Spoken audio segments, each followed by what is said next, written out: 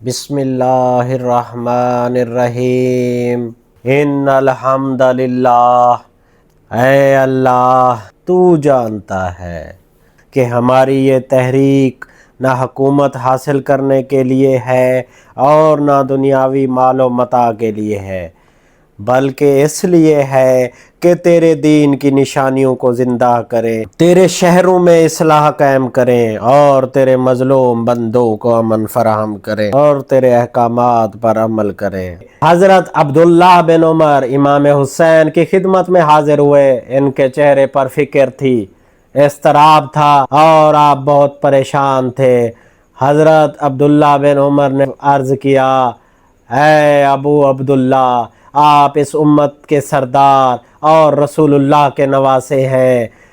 میں آپ کو اللہ کا واسطہ دیتا ہوں کہ مسلمانوں میں تفرقہ نہ ہونے دے، آپ صبر اختیار کریں۔ مجھے اندیشہ ہے کہ اگر آپ عراق گئے تو آپ کو قتل کر دیا جائے گا۔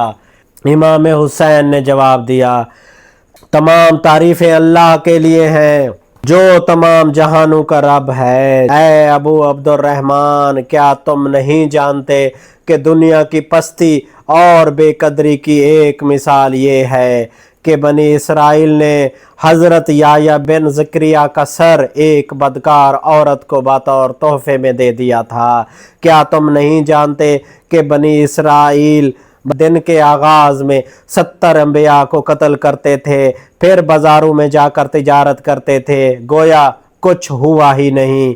اللہ کی قسم، اگر میں حشرات ارض کے بل میں بھی چھپ جاؤں تو یہ لوگ مجھے وہاں سے نکال کر بھی قتل کر دیں گے، اور یہ لوگ مجھ سے اسی طرح زیادتی کریں گے جیسے بنی اسرائیل نے ہفتے کی حرمت کو پامال کیا تھا۔ روایات میں آتا ہے کہ جب عبداللہ بن عمر نے دیکھا کہ امام حسین اپنے فیصلے پر قائم ہیں تو انہوں نے آپ کو گلے لگایا، پیشانی کو بوسہ دیا، سینہ چومتے رہے اور روتے ہوئے کہا، میں آج اس شخص کو رخصت کر رہا ہوں جو شہید کر دیا جائے گا۔ مکہ سے روانگی سے قبل حضرت عبداللہ بن عباس امام حسین کے پاس تشریف لائے اور عرض کیا، اے ابن رسول اللہ، میں آپ کا خیر خواہ ہوں، دل سے چاہتا ہوں کہ آپ سلامت رہیں۔ مجھے خوف ہے کہ آپ کوفے کی طرف جائیں گے۔ آپ کوفے کی طرف نہ جائیں کیونکہ وہاں کے لوگ بے وفا ہیں۔ یہ وہی لوگ ہیں جنہوں نے آپ کے والد کے ساتھ بھی وعدے خلافی کی، انہیں بھی تنہا چھوڑ دیا تھا۔ میں آپ کو اللہ کا واسطہ دیتا ہوں کہ آپ وہاں نہ جائیں۔ امام حسین نے نہایت وقار کے ساتھ جواب دیا، اے ابن عباس، تمہاری خیر خواہی کا میں شکر گزار ہوں، اللہ تمہیں جزائے خیر دے۔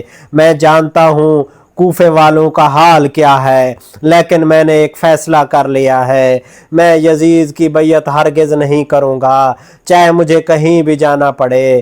ابن عباس نے دوبارہ گزارش کی، مزید شدت سے عرض کیا، اگر آپ کو جانا ہے تو کم از کم اپنے اہل بیت اور بچوں کو ساتھ نہ لے جائیں، مجھے ڈر ہے کہ یہ قافلہ خطرے میں پڑ جائے گا اور آپ کے اہل بیت کو تکلیف پہنچے گی۔ امام حسین نے فرمایا، اے ابن عباس، اللہ جو چاہے گا وہی ہوگا، میں اپنے رب پر راضی ہوں اور میں جانتا ہوں میرا راستہ کس طرف جا رہا ہے، میرا معاملہ اللہ کے سپرد ہے اور میں اس راستے سے نہیں ہٹ سکتا جس پر مجھے بلایا جا رہا ہے۔ حضرت امام حسین سے حضرت عبداللہ بن زبیر نے آخری ملاقات کرنے کے لیے آئے۔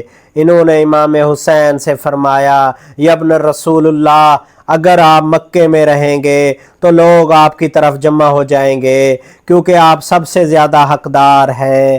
میں آپ کو مشورہ دیتا ہوں کہ آپ مکہ نہ چھوڑیں کیونکہ یہاں آپ کو زیادہ حمایت ملے گی۔ امام حسین نے جواب دیا، میں جانتا ہوں تمہارے